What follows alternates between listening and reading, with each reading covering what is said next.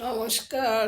এখন আমি যে বিষয়টা বলবো সেটা হচ্ছে জন্মছকে বুধ বুধ গ্রহের প্রভাবে শুভ এবং অশুভ কি ফল হয়। একটা কথা আছে, বুদ্ধির যস্য বলং তস্য নির্বিদ্যস্য কুত বলম। শাস্ত্রে এই আপ্তবাক্যটির ব্যাখ্যা জ্যোতিষশাস্ত্র অনুযায়ী দেওয়া সম্ভব।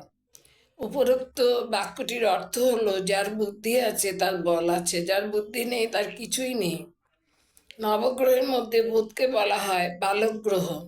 সূর্যের চারদিকে যেসব গ্রহ ঘুরছে তার মধ্যে বুধ হচ্ছে সবচেয়ে কাছের গ্রহ, আকারে সবচেয়ে ছোট, স্বভাবও শিশুর মতো। প্রতি 18 দিনে সূর্যকে একবার প্রদক্ষিণ করছে এই গ্রহটি। বুধের আকৃতি হলো 4 হাতযুক্ত সিংহবাহী দেবতার মতো। 2 হাতে ধনুর্বাণ, 1 হাতে গদা আর 1 হাতে বরাব হয়। সূর্যের কিছু ক্রিয়ার পিছনে বুধের প্রভাব রয়েছে। জন্মছকে যে কোনো ঘরে রবির সাথে বুধ থাকলে তাকে বুধাদিত্য যোগ বলে, যা শুভ ফল দেয়। এর মধ্যে বুধ বা রবি কোনো একটি গ্রহ নিচস্থ হলে বুধাদিত্য যোগ দুর্বল হয়ে যায় বা নষ্ট হয়ে যায়।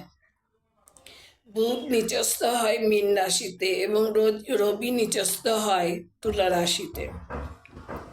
মেষ, মিথুন, সিংহ, কন্যা রাশিতে বুধাদিত্য যোগ বলবান হয়। বুধ শুভাবস্থায় থাকলে জাতক জাতিকার বুদ্ধি প্রকট হয়।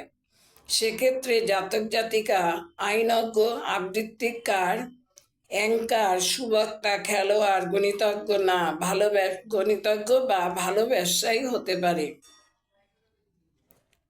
আবার অশুভ অবস্থায় থাকলে, অর্থাৎ একই ঘরে কোনো পাপগ্রহ থাকলে বা পাপগ্রহের দৃষ্টি থাকলে বুধ পাপগ্রহের মতো ব্যবহার করে। বুধ যেহেতু বালক গ্রহ, তাই এমন হলে জাতকের কূটবুদ্ধি, বদরাগ, ঈর্ষা, চৌর্যবৃত্তির প্রবণতা দেখা যায়। বুদ্ধির ভুলে নিজের ক্ষতি করে। জ্যোতিষশাস্ত্রের সঠিক প্রতিকারের সাহায্যে অশুভ প্রভাব কমাতে পারে। করতলে বুধের অবস্থান বিচার করা আবশ্যক। কনিষ্ঠার নিচে থাকে বুধের অধিষ্ঠান, সেটি উন্নতি কিনা বা কোনো অশুভ চিহ্ন বা দাগ আছে কিনা সেটা দেখতে হবে। বুধ অশুভ হলে ত্বক, চোখ, কান, নাক, স্নায়ু, স্মৃতিশক্তি, গল ব্লাডারের সমস্যা হতে পারে।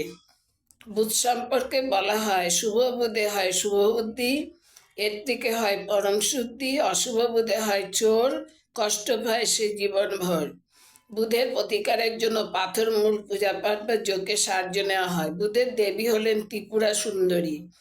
তার প্রণাম মন্ত্র ওং প্রিয়ঙ্গ কলিকা শ্যামং রূপেণ প্রতিমং বুধাম সৌমং সর্বগুণ পেতং নমামি শশীনাং সুতং।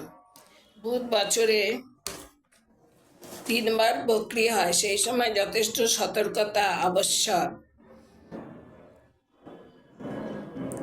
অসতমা সদ্গময় তমসমা জ্যোতির্গময় মৃত্যুমা অমৃতঙ্গময় লোকা সমস্ত সুখিনো ভবন্তু। আজ এই পর্যন্ত।